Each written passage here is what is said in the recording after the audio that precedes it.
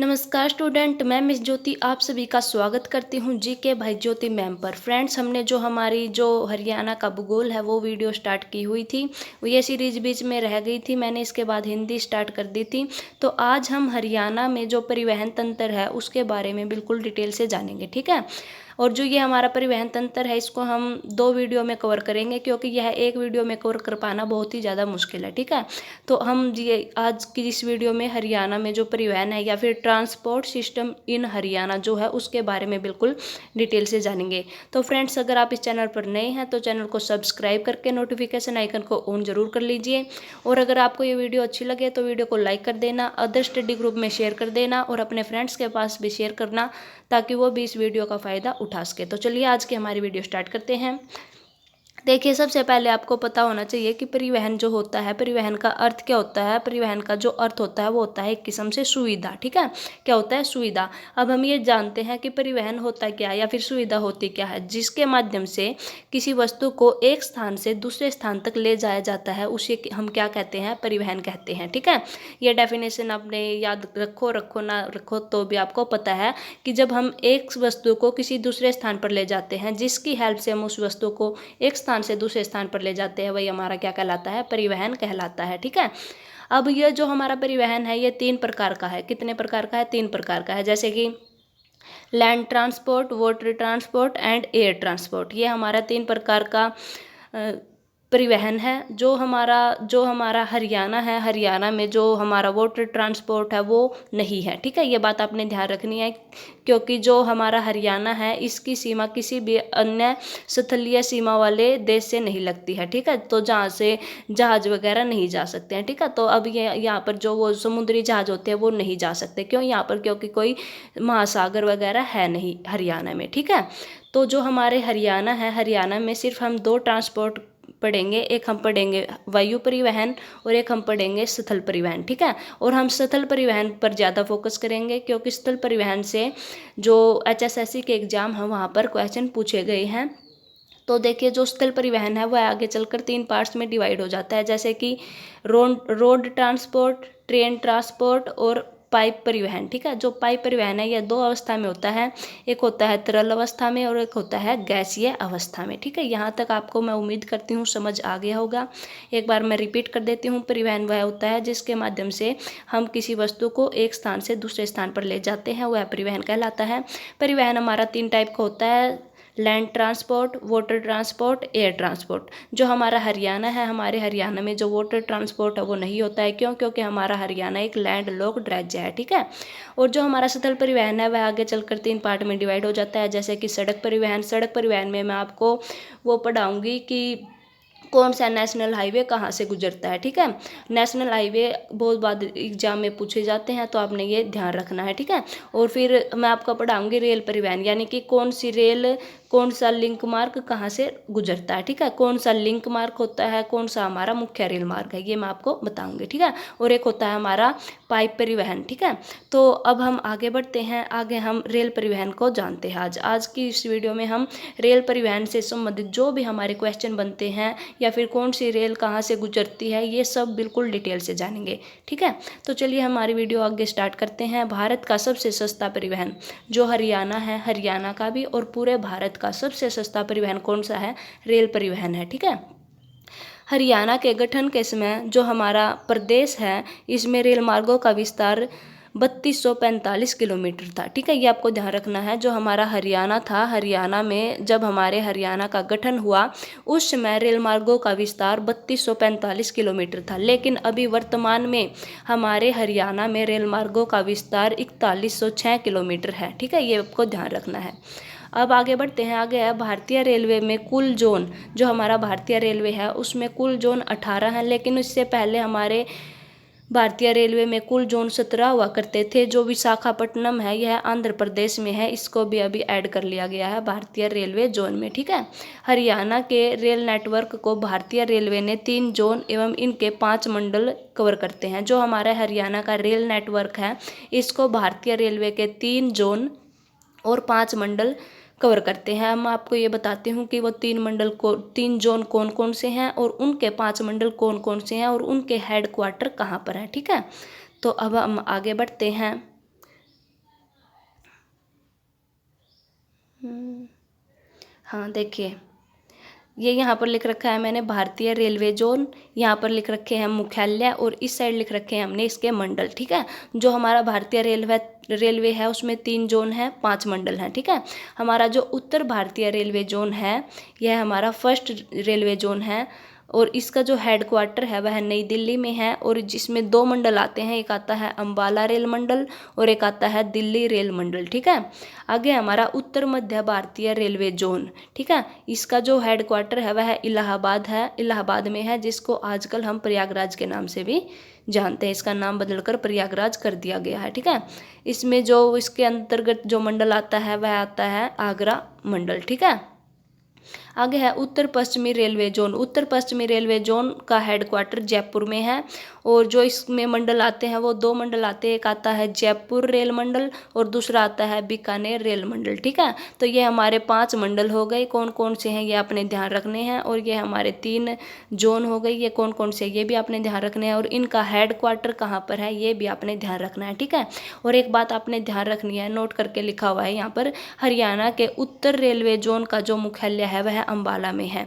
जो हरियाणा है, हरियाणा का जो उत्तर रेलवे जोन का जो मंडल है वह अंबाला में है और हरियाणा रेलवे पुलिस का हेड क्वार्टर भी अंबाला में है। ठीक है, यहाँ तक आपको उम्मीद करती हूँ मैं सब बातें समझ आ गई होंगी। अब हम ये देखते हैं कि गेज क्या होती है। तो जो गेज होती है वह 4 प्रकार की होती है। जो भारत है, भारत में 4 प्रकार की गेज है, लेकिन भारतीय रेलवे द्वारा जो भारत में गेज है वो 3 प्रकार की हैं। ठीक है, जो गेज होती है, सबसे पहले तो आपको ये पता होना चाहिए कि गेज क्या होती है। तो गेज होती है पटड़ी की चौड़ाई।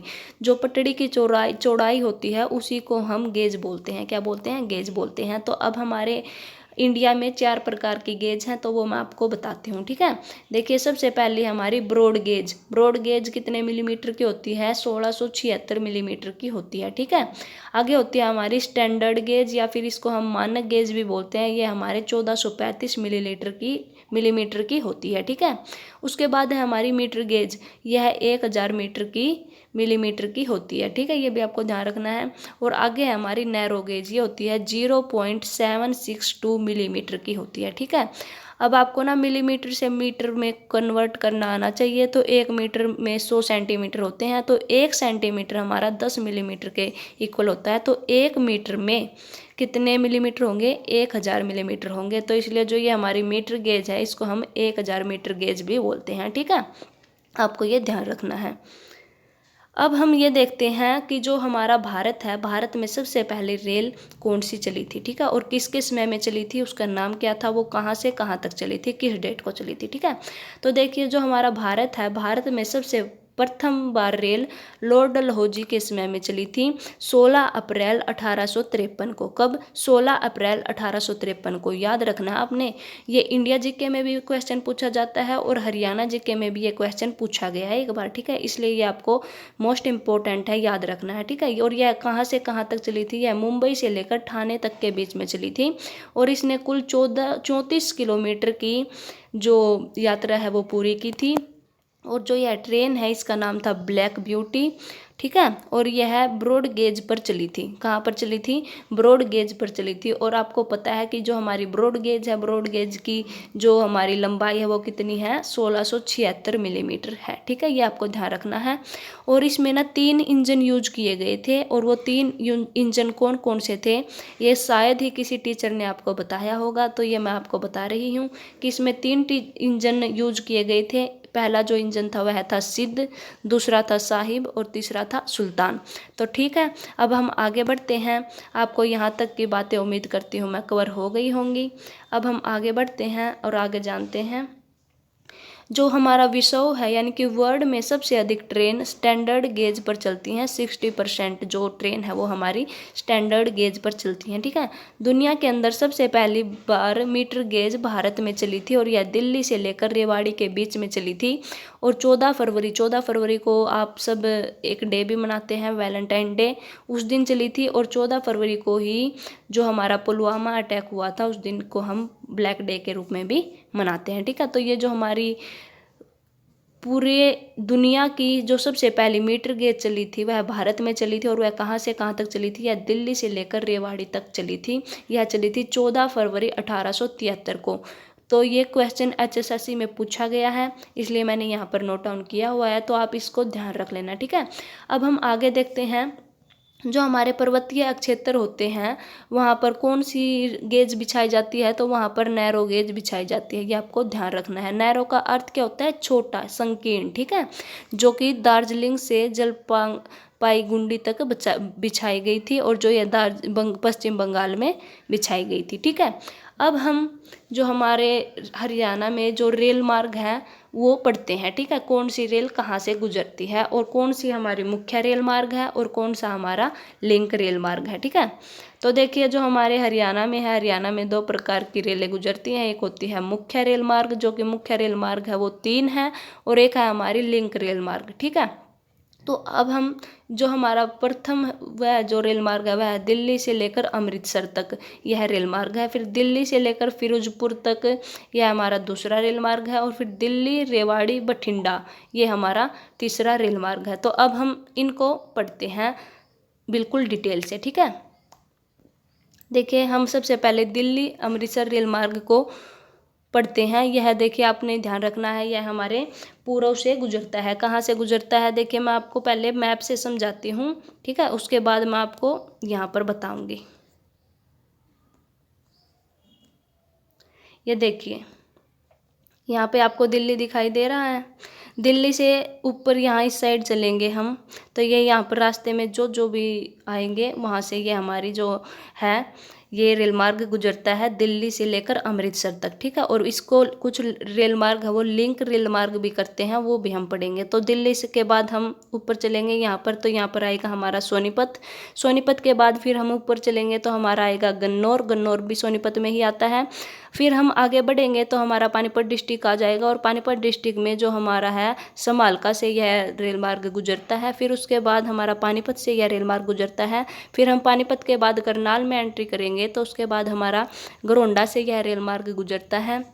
फिर यह करनाल गुजरता है, तरावड़ी और नीलोखेड़ी में जाता है। उसके बाद यह अमीन जो कि कुरुक्षेत्र में है वहाँ जाता है। और बहुत से जो स्टूडेंट हैं उनका मेरे पास कमेंट आया है कि मैम जो अमीन गांव है वह आप मुझे हमें ये बताइए कि वह कुरुक्षेत्र में है या फिर करनाल में है। तो मैं आपको साफ साफ बता देती हूँ, जो हमारा अमीन गाँव है जिसका अभी नाम बदलकर अभिमन्युपुर रख दिया गया है, यह करनाल में नहीं आता है, यह कुरुक्षेत्र में आता है। लेकिन HSSC ने एक एग्ज़ाम लिया था, उसमें जो यह अमीन गाँव है इसको करनाल में माना है। और जो एकलव्य की बुक है उसमें भी साफ साफ लिखा है कि जो अमीन गाँव है वह करनाल में है। लेकिन मैं आपको बता दे रही हूँ कि जो अमीन गाँव है वह करनाल में नहीं है, वह कुरुक्षेत्र में है, ठीक है, ये आपको ध्यान रखना है।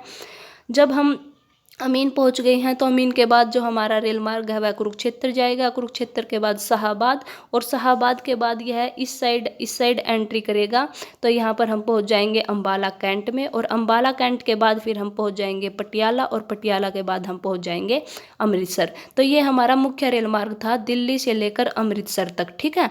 अब हम यहाँ पर जो इसको ना लिंक करने के लिए कोई लिंक किया गया है, इसको लिंक रेल मार्ग बोलते हैं उनको। तो वो कौन कौन सा लिंक किया गया है, तो देखिए ये अंबाला कैंट से लेकर चंडीगढ़ तक ये हमारा एक रेल मार्ग लिंक किया गया है। तो अंबाला मार्ग से लेकर हम जब चंडीगढ़ तक जाते हैं तो रास्ते में हमारा क्या आता है, चंडी मंदिर आता है, ठीक है, चंडी मंदिर आता है, ठीक है। और जो चंडी मंदिर के बाद जब हम आगे बढ़ते हैं तो हमारा सूरजपुर आता है। सूरजपुर के बाद हमारा कालका आता है, और फिर हमारा ये क्या हो जाता है, हम कालका के बाद फिर हम शिमला पहुंच जाते हैं। जो हमारा कालका से लेकर शिमला तक का जो यह रेल मार्ग है यह कौन सा है, नैरो गेज रेल मार्ग है, ठीक है, ये आपको ध्यान रखना है। ये हमारे 2 लिंक रेल मार्ग थे, एक हमारा अंबाला से लेकर चंडीगढ़ तक, और दूसरा हमारा कालका से लेकर शिमला तक, ठीक है। तो फ्रेंड्स, मैं उम्मीद करती हूँ जो हमारा फर्स्ट रेल मार्ग है दिल्ली से लेकर अमृतसर तक, ये आपको अच्छे से समझ आ गया होगा। अब हम जो हमारा दूसरा रेल मार्ग है उसके बारे में बातें करते हैं, ठीक है। जो हमारा, एक बार मैं आपको नोटबुक में नोट किए हुए हैं जो मैंने, वो भी दिखा देती हूँ। देखिए, जो हमारा दिल्ली अमृतसर रेल मार्ग है यह हमारा पूर्व से गुजरता है, जैसे कि यह सोनीपत के बाद गन्नौर में जाता है। फिर यह समालका के बाद पानीपत, फिर गरोंडा, करनाल, तरावड़ी, नीलोखेड़ी, अमीन। और अमीन आपने ध्यान रखना है कुरुक्षेत्र में है, ना कि करनाल में। फिर शाहबाद, फिर अम्बाला कैंट, फिर पटियाला, लुधियाना और फिर हम कहाँ पहुँच जाते हैं, अमृतसर पहुँच जाते हैं। हम सोनीपत से बैठते हैं, दिल्ली से बैठते हैं और फिर हम अमृतसर तक पहुंच जाते हैं। ये हमारा कौन सा रेल मार्ग है, दिल्ली से अमृतसर तक का रेल मार्ग है, ठीक है। और इसको लिंक भी किया गया है कुछ रेल मार्ग के माध्यम से, वो कौन कौन से हैं देखिए। अम्बाला कैंट से चंडीगढ़, और जब हम अम्बाला कैंट से चंडीगढ़ तक जाते हैं तो रास्ते में चंडी मंदिर और सूरजपुर आता है, कालका आता है, फिर हमारा शिमला आता है। और जो ये कालका से शिमला तक का है ये हमारा नैरो गेज टाइप का है, ठीक है। उम्मीद करती हूँ आपको जो हमारा फर्स्ट था दिल्ली से अमृतसर तक रेल मार्ग वो अच्छे से समझ आ गया होगा। अब हम हमारा जो दूसरा रेल मार्ग है दिल्ली से लेकर फिरोजपुर तक, इस रेल मार्ग को पढ़ते हैं। और जो हमारा यह रेल मार्ग है यह हमारे हरियाणा के मध्य से गुजरता है, ठीक है। तो ये हमारा कहाँ से गुजरता है, दिल्ली, दिल्ली के बाद यह बहादुरगढ़, बहादुरगढ़ के बाद सांपला, फिर रोहतक, फिर जुलाना, जींद, उचाना, नरवाना, टोहाना, जाखल और फिरोजपुर। देखिए मैं आपको मैप में दिखा देती हूँ, मैप से आपको अच्छे से समझ आ जाएगा, ठीक है। ये हाँ, ये देखिए, रुको एक मिनट, ये देखिए यहाँ पर हमारा दिल्ली है। दिल्ली से लेकर हम, दिल्ली के बाद हम चले बहादुरगढ़। ये देखिए हमारा ये यहाँ पर बहादुरगढ़, बहादुरगढ़ के बाद देखिए ये मैंने आपको बोला कि मध्य से गुजरता है, तो ये यहाँ पर दिल्ली से लेकर फिरोजपुर तक जाता है, ठीक है। तो यहाँ रास्ते में कौन कौन से रेल मार्ग आते हैं वो हम देखते हैं। दिल्ली के बाद हम जाते हैं बहादुरगढ़, बहादुरगढ़ के बाद जो रोहतक आता है सांपला, सांपला के बाद रोहतक, रोहतक के बाद जुलाना, जुलाना के बाद जींद, जींद के बाद उचाना, उचाना के बाद नरवाना। देखिए जींद हमारा, जींद से ये जो नेशनल हाईवे है कहाँ कहाँ गुजरता है, जुलाना, जींद, उचाना, नरवाना, ठीक है। फिर यह नरवाना के बाद इस साइड मुड़ जाता है, फिर यह पहुँचता है टोहाना, फिर यह पहुँचता है जाखल, और जाखल के बाद फिर यह पंजाब में जो फिरोजपुर है वहाँ पर एंट्री कर लेता है, ठीक है। तो ये हमारा दूसरा मुख्य रेल मार्ग था। अब इसको लिंक किया गया, देखिए एक यहाँ से ये लिंक किया गया है। तो ये कौन सा लिंक रेल मार्ग है ये मैं आपको बताती हूँ। तो ये जो लिंक रेल मार्ग है ये कहाँ से जाता है, ये देखिए ये यहाँ से लिंक किया गया है नरवाना से। कहाँ से लिंक किया गया है, नरवाना से। नरवाना के बाद हम कहाँ पहुँचे, कलायत, कलायत जो कि कैथल में है। कलायत के बाद हम कैथल पहुँचे, कैथल के बाद फिर हम थानेसर पहुँचे, और थानेसर के बाद फिर हम कुरुक्षेत्र पहुँचे, यहीं पर हम कुरुक्षेत्र पहुँचे, और फिर कुरुक्षेत्र के बाद ये यहाँ पर हम रुक गए। तो ये कौन सा हो गया हमारा, नरवाना से लेकर कुरुक्षेत्र तक का ये हमारा लिंक रेल मार्ग हो गया, ठीक है। इसको हमने किससे लिंक कर दिया, ये जो मुख्य रेल मार्ग गया इसको हमने नरवाना से लेकर कुरुक्षेत्र तक क्या कर दिया, लिंक कर दिया, ठीक है। अब हमने जींद से लेकर सफीदों तक और फिर पानीपत तक भी हमने लिंक किया है। जैसे ये यहाँ पर हमारा जींद है, जींद के बाद हमने सफीदों को लिंक कर दिया, ये देखें यहाँ पर, और फिर सफीदों के बाद हमने यहाँ पर पानीपत को लिंक कर दिया। तो ये हमारा दूसरा लिंक रेल मार्ग हो गया, और पहला लिंक रेल मार्ग हमारा ये है, ठीक है। फिर हमने एक और लिंक रेल मार्ग कर दिया, जींद के बाद हमने यहाँ पर गोहाना को लिंक कर दिया, और गोहाना के बाद फिर हमने सोनीपत को लिंक कर दिया। तो ये हमारा तीसरा लिंक रेल मार्ग हो गया। तो जो हमारा दिल्ली से लेकर फिरोजपुर तक मुख्य रेल मार्ग था इसको हमने 3 जगह से लिंक कर दिया है। एक हमने नरवाना से लेकर कुरुक्षेत्र तक लिंक कर दिया है, दूसरा हमने जींद से लेकर पानीपत तक लिंक कर दिया, और तीसरा हमने जींद से लेकर सोनीपत तक लिंक कर दिया है, ठीक है। तो ये हमारा जो सेकंड रेलवे मार्ग है वो आपको अच्छे से समझ आ गया होगा। देखिए मैं आपको बता भी देती हूँ, जो हमारा दिल्ली फिरोजपुर रेल मार्ग है यह मध्य से गुजरता है, और जो हमारा दिल्ली से अमृतसर तक का रेल मार्ग था वह हमारा पूर्व से गुजरता था, ठीक है। तो जो दिल्ली के बाद हम बहादुरगढ़, बहादुरगढ़ के बाद सांपला, फिर रोहतक, जुलाना, जींद, उचाना, नरवाना, टोहाना, जाखल और फिरोजपुर, ये हमारा मुख्य रेल मार्ग है। फिर हमने इसको लिंक कर दिया है नरवाना से लेकर कुरुक्षेत्र तक, जींद से लेकर पानीपत तक, और फिर जींद से लेकर सोनीपत तक, ठीक है।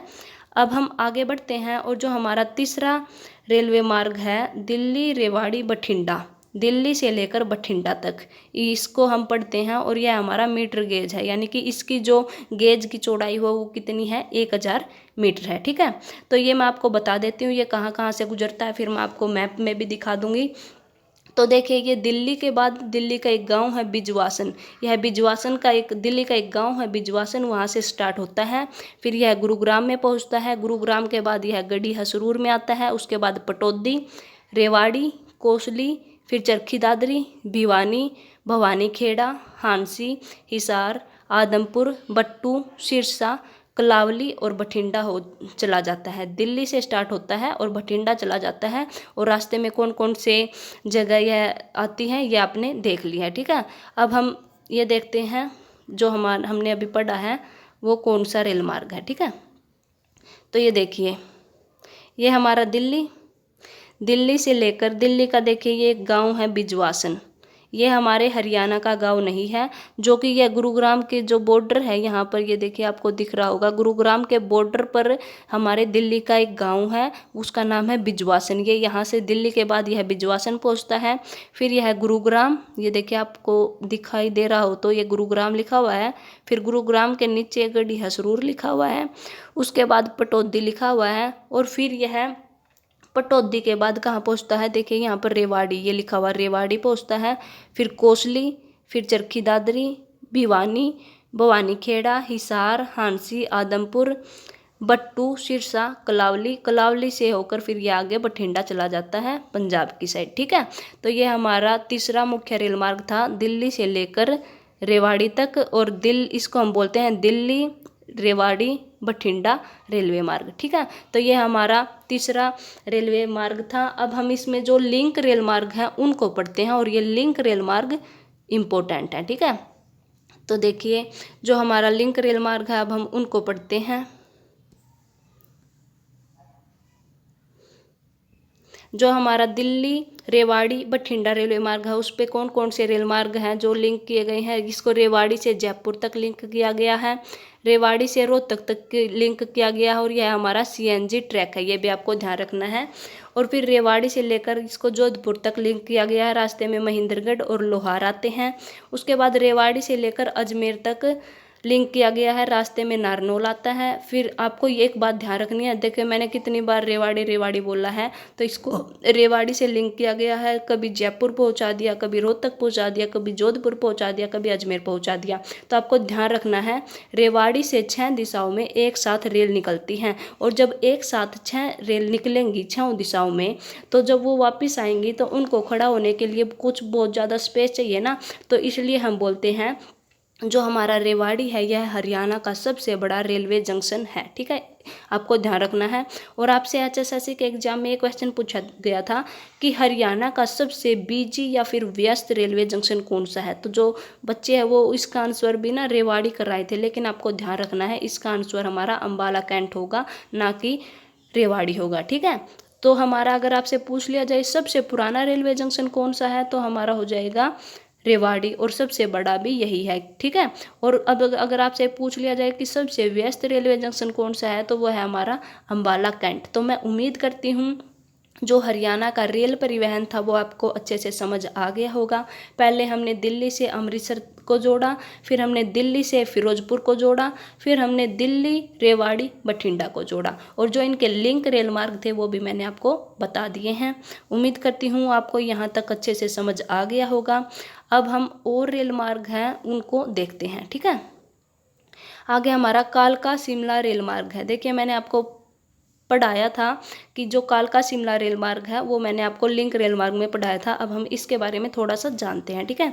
जो हमारा कालका शिमला रेल मार्ग है इसका जो दूसरा नाम है वह है KSR। क्या है? KSR।